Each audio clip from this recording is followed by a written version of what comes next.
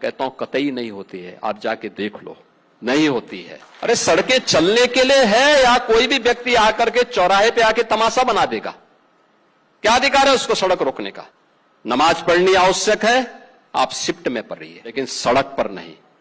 सड़क चलने के लिए आर से मानेंगे, ठीक बात है, नहीं मानेंगे तो दूसरा तरीका अपनाएंगे। 15 दिन तक खाना नहीं खाए थे सर, जब रेखा गुप्ता विधायक में खड़ा हुई थी, हमने घर घर जा करके रेखा जी के साथ में मैंने वोट मांगा था सर। आज हमारे सब्जी वाले मुंह नोच रहा है, जो रेखा मुखिया तूने बोला था उस समय में रेखा गुप्ता तो एक पैसा करके जोड़ के कमाया हूँ, तो मैं उनको अब कहाँ लेके जाऊँ? Press freedom and minority rights, among them the Muslim community and smaller communities. A country of civilization of more than 5,000 years old. It's a diverse country.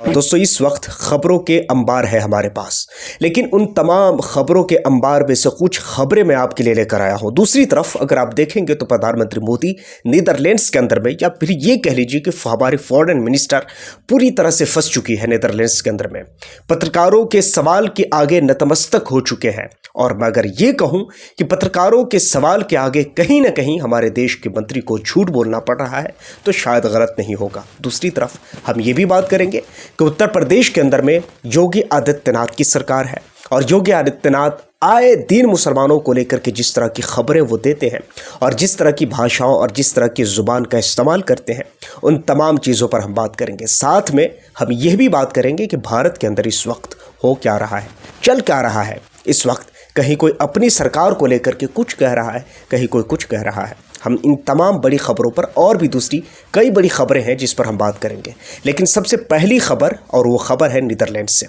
आपको पता है कि भारत के प्रधानमंत्री नरेंद्र मोदी इस वक्त कई देशों के दौरे पर है, जिनमें यूएई भी शामिल है और जिनमें यूरोपियन कई देश शामिल है, जैसे नीदरलैंड्स। इस वक्त नीदरलैंड्स के दौरे पर प्रधानमंत्री मोदी है।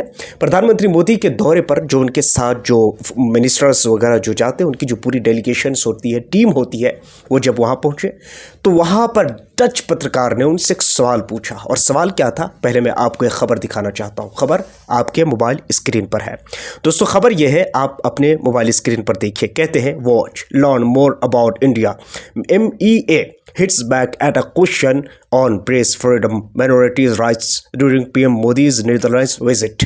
ये इंग्लिश में है, पूरी लंबी चौड़ी इसकी पूरी तहरीर है। ये मैं आपके मोबाइल स्क्रीन पर लगा दूंगा, आप इसे ज़रूर पढ़ लीजिएगा। वैसे मैं पूरी खबर नहीं पढ़ रहा हूँ, बल्कि इसका हिंदी में अनुवाद करना चाहता हूँ। कहते हैं सवाल पूछा गया है, क्या है? नीदरलैंड्स में पत्रकार ने पूछे भारत में प्रेस व अल्पसंख्यकों से जुड़े सवाल। MEA जो कि भारत 5000 साल पुरानी सभ्यता व जीवंत लोकतंत्र है, उन्होंने पत्रकार से कहा आपको भारत के बारे में और जानने की ज़रूरत है। वो वायरल हो गया है। खबर और वीडियो हमारे पास है जो कि हम यहाँ पर चला रहे हैं। He said press freedom and minority rights, among them the Muslim community and smaller communities. I wonder what the responses of the Indian government.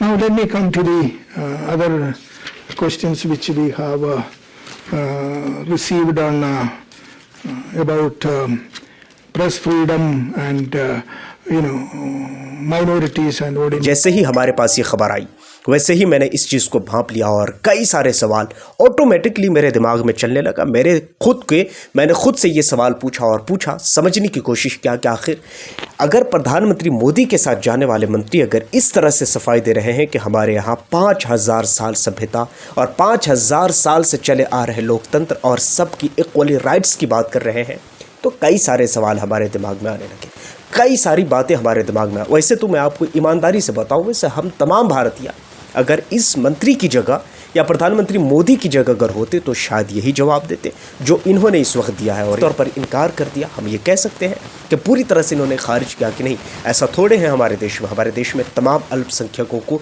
बड़ी इज्जत की निगाह से देखी जाती है। हमारे देश के अंदर में धर्म और जाति के नाम पर कोई भेदभाव नहीं है। ये नीदरलैंड्स के अंदर मंत्री का कहना है।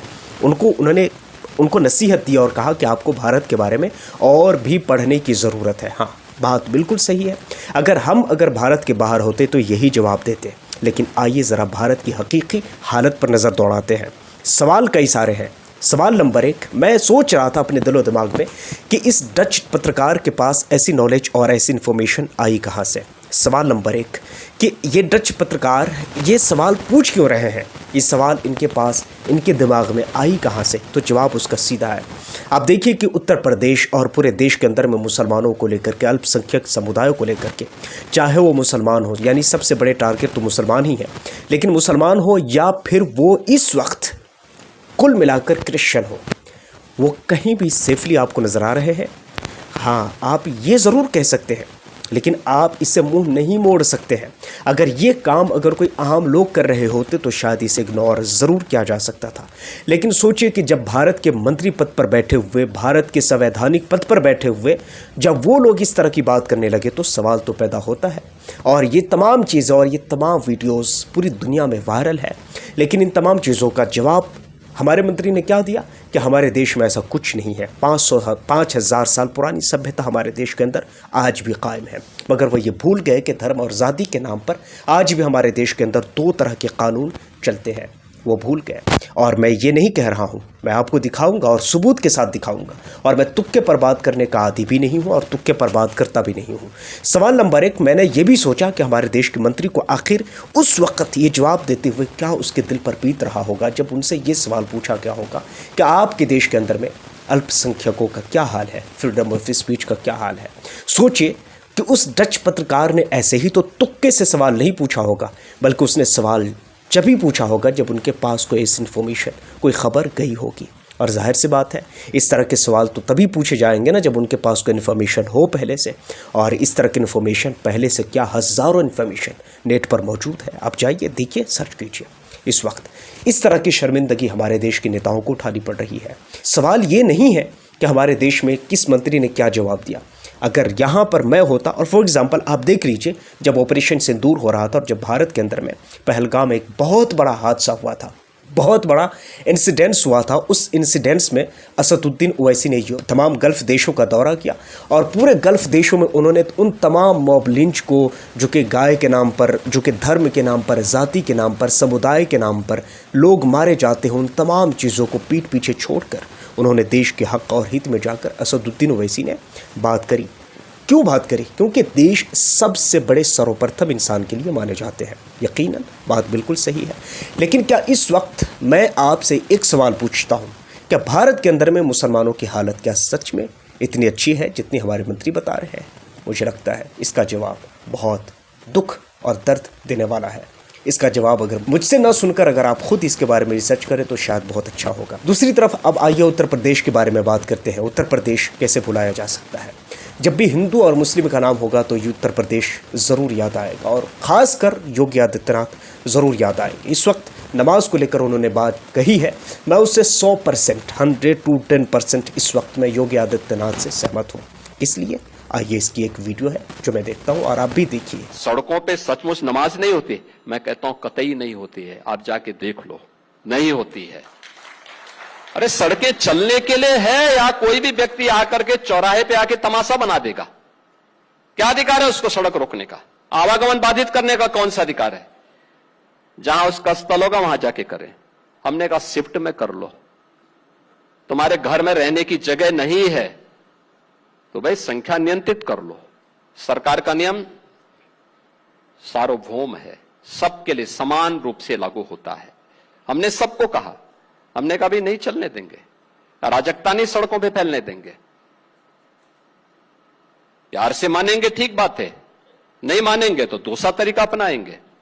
हमारा काम है संवाद बनाना। आप संवाद से मानेंगे, संवाद से, नहीं तो संघर्ष से भी देख लो। बरेली में लोगों ने हाथ आजमाने का कार्य किया, देख लिया ताकत। मैं बिल्कुल योगी आदित्यनाथ की इस बात से सहमत हूं कि रोड पर कोई नमाज नहीं होनी चाहिए, रोड पर कोई पेड़ नहीं होना चाहिए। रोड आवाजाही के लिए है, रोड चलने के लिए होता है, ना कि किसी नमाज और प्रे के लिए होता है। तो इसी तरह से सवाल ये नहीं है कि आप रोड पर नमाज पढ़ना बंद कर रहे हैं या रोड पर नमाज पढ़ने के लिए लोगों को आप मना कर रहे हैं या उनको आप मार रहे हैं या जेल में डाल रहे हैं सलाखों के पीछे। सवाल ये नहीं है। सवाल ये है कि जब यही कांवड़ यात्रा जब इसी रोड से होकर निकलता है और घंटों भर बल्कि कई दिनों तक के यही रोड ब्लॉक होता है, उस वक्त आपका ये बयान नहीं आता। सवाल यहाँ से शुरू होता है। सवाल यहाँ से नहीं शुरू होता है कि आप नमाजियों को, मैं तो खुद इस चीज़ के समर्थन में हूँ कि रोड पर नमाज नहीं होनी चाहिए। हालांकि खुद योगी आदित्यनाथ ने एक बात कही है, उन्होंने कहा है कि आप नमाज को 2 शिफ्ट में करिए, जो कि कई बड़ी मस्जिदों में होती भी है। रोड में अगर आप देखेंगे कई बड़ी ऐसी मस्जिदें हैं जहाँ पर रोड पर नमाज नहीं होती, उनको 2 शिफ्ट में कर दिया जाता है। फॉर एग्जांपल एक जमात 1 बजे और दूसरी जमात 2 बजे कर दी जाती है। ऐसा होता है और हुआ भी है, होता भी है और हो रहा है। लेकिन ये सवाल नहीं है। लोकतंत्र पर सवाल तब उठने शुरू हो जाते हैं जब यही कांवड़ यात्रा रोड को ब्लॉक करते हुए 10 दिन तक लोग जाम कर देते हैं रोड को। मैंने खुद अपनी आंखों से, मेरी पढ़ाई इंडिया में मुकम्मल हुई है, मैंने इंडिया में पढ़ा है और मैं इंडिया में पला बड़ा हूँ। हमारी पैदाइश, हमारी हर कुछ इंडिया की और हम खुद भी इंडियन हैं। हम अगर इंडिया के हालात को अगर नहीं जाने तो क्या दुनिया वाले इंडिया के हालात को जानेंगे? 10 दिन तक के रोड को ब्लॉक किए जाते हैं, रोड के साइड में पंडाल लगाए जाते हैं, यहाँ से पूरी कर्मकांड शुरू होता है। ये बयान अगर आप वहाँ भी दे देते तो शायद आपकी, मुझे लगता है कि वाहवाही होनी चाहिए। एग्जाम्पल अगर दूँ तो नेपाल आप चले जाइए। नेपाल के अंदर में इस वक्त मंदिर भी तोड़े जा रहे हैं और वहाँ जो अवैध ज़मीन और जो अवैध जगहों पर बना है, बल्कि बालेन सरकार का तो यहाँ तक फरमान आ चुका है कि जितनी भी मंदिर जो कि कमाई के ज़रिए के लिए बनाई गई है, हम उन तमाम मंदिरों को तोड़ रहे हैं। और ऐसा है भी। और जो कल्चर, हिस्टोरिकल जो मंदिर है उसको वो बना रहे हैं क्योंकि उनकी हिस्ट्री और उनके कल्चर से जुड़ी हुई चीज़ है। लेकिन जो पैसों के लिए, धर्म के लिए, धंधा के लिए किया जाता है, ऐसे मंदिर को तोड़े जा रहे हैं। क्या अगर नेपाल जैसे छोटे देश में अगर ये सब कुछ हो सकता है तो क्या उत्तर प्रदेश, इतना बड़ा राज्य भारत का, अगर मुझे लगता है कि भारत, उत्तर प्रदेश की अगर पॉपुलेशन की बात करें तो पाकिस्तान के पॉपुलेशन से कहीं ज़्यादा है, तो क्या इतने बड़े राज्य में, इतने बड़े मुझे लगता है कि एक देश के राज्य में क्या ये सब कुछ नहीं हो सकता है? सवाल ये नहीं है कि आप मुस्लिमों को टारगेट कर रहे हैं, सवाल ये है कि आप लोकतंत्र के हिसाब से चलने को कह रहे हैं लेकिन खुद चल तो रहे हैं। आप ये तो देखिए कि आप क्या कर रहे हैं। तो सवाल यहाँ से नहीं, सवाल यहाँ से शुरू होती है। बाकी बात रही योगी आदित्यनाथ के बयान की, तो मैं खुद इस बयान को सपोर्ट करता हूँ। मैं खुद योगी आदित्यनाथ के साथ हूँ कि हाँ बिल्कुल रोड पर नमाज नहीं होनी चाहिए, मगर रोड पर कांवड़ यात्रा भी नहीं होनी चाहिए। रोड पर नमाज नहीं होनी चाहिए मगर रोड पर कोई पूजा, कोई पंडाल भी तो नहीं होनी चाहिए। और यही तो लोकतंत्र है। लोकतंत्र इसे कहा जाता है। दूसरी तरफ अगर आप देखेंगे तो कई बार ऐसा हुआ है कि हमारे देश के अंदर में धर्म और जाति के नाम पर कितने दंगे और कितने फसाद हुए हैं, रिकॉर्ड है आपको पता। आप तो मंत्री पद पे बैठे हैं, आपको तो पता होना चाहिए कि हमारे देश के अंदर में सांप्रदायिक तनाव कितनी होती है, धर्म और जाति के नाम पर कितनी बार मॉब लिंचिंग हुई है इस देश में और कितनों को सजा मिली है। लोकतंत्र पर यहाँ से हमले शुरू होते हैं और लोकतंत्र पर सवाल यहाँ से उठने शुरू हो जाते हैं। सवाल ये नहीं कि आप नमाज बंद कर रहे हैं, सवाल ये है कि आप एक पक्ष को छूट देकर दूसरी पक्ष पर आप कड़ाई कर रहे हैं। सवाल ये नहीं कि आप आज़ादी की, सवाल ये है कि आप अगर सरकार में और सत्ता में बैठे हैं तो आपके लिए कानून सबके लिए बराबर होना चाहिए, लेकिन ऐसा देखने को नहीं मिल रहा है। अब आइए कुछ और तस्वीरें मैं भारत की दिखाना चाहूँगा और वो तस्वीर क्या है मैं आपको बताऊं। पहले दिल्ली के अंदर में अवैध ज़मीनों पर बनी घरों को तोड़े जा रहे हैं, जिनमें मुसलमानों के घर भी और हिंदुओं के घर भी शामिल है। अब लोग ये सवाल कर रहे हैं कि हमने तो बीजेपी को वोट किया है, फिर भी हमारे घर क्यों तोड़े जा रहे हैं। सोचिए कि भारत लोकतंत्र है, लेकिन लोग की जो माइंडसेट है और लोगों की जो सोच है, थिंक है, वो कितनी गिर चुकी है। दिन तक खाना नहीं खाए थे सर, जब रेखा गुप्ता विधायक में खड़ा हुई थी, हमने घर घर जा करके रेखा जी के साथ में मैंने वोट मांगा था सर। आज हमारे सब्जी वाले मुंह नोच रहा है। जो रेखा मुखिया तूने बोला था उस समय में रेखा गुप्ता का वोट दो, क्या इसी दिन के लिए मुझसे वोट दिलवाया था? बीजेपी का कार्य करता हूँ जी। क्या आपने बीजेपी को वोट इसलिए किया था कि आपके घर रह जाएंगे और मुसलमानों की टूट जाएंगे?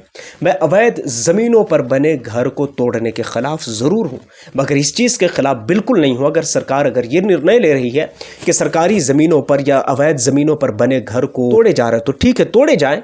मगर सरकार से मैं सिर्फ इतना कहना चाहूँगा कि मुझे ये बताइए कि इस वक्त जब आप बात करते हैं कि रोड पर नमाज नहीं होगी, तो मुझे ये भी तो बता दीजिए कि रोड पर लोग अपने घरों को छोड़ करके, जिनके पास घर नहीं है रहने को, बम्बई के अंदर आप जाइए और देखिए कि कितने लोग रोड के अंदर, रोड के पुलवा के नीचे लोग सो रहे होते हैं, जिनके पास अपना घर नहीं होता, जिनके पास कुछ भी नहीं होता है। आखिर ऐसे लोगों का सहारा कौन होगा? ऐसे लोगों की जिम्मेदारी आखिर कौन लेंगे? तो सवाल ये नहीं है, सवाल ये है कि जब आप बात करते हैं लोकतंत्र की तो आप बात भूल जाते हैं। बात को कुछ खा लेते हैं नाश्ते के तौर पे, कुछ खाने के तौर पे, और कुछ बोल देते हैं। तो ये नहीं होना चाहिए। अब आप खुद देख लीजिए, दिल्ली के अंदर में कई ऐसी वीडियो सामने आ रही है जहाँ पर लोगों के घर तोड़े जा रहे हैं। तो मेरा कहना यह है कि जहाँ पर घर तोड़े जा रहे हैं वहाँ पर इन गरीबों का ख्याल भी ज़रूरी है। और अभी मैंने बात की कि लोकतंत्र पर सवाल उठाए जा रहे हैं, और सवाल ऐसे ही नहीं उठाए जा रहे हैं।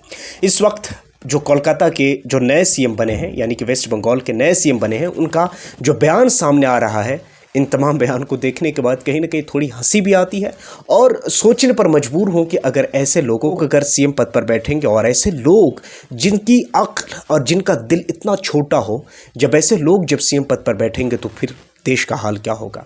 उनका बयान आया है सामने। उनके बयान में साफ तौर पर यह कहा गया, कहते हैं, वो कह रहे हैं कि इस वक्त हम उनका काम करेंगे जिन्होंने हमें वोट किया है, जिन्होंने हमें वोट नहीं किया हम उनका काम नहीं करेंगे। यह है लोकतंत्र।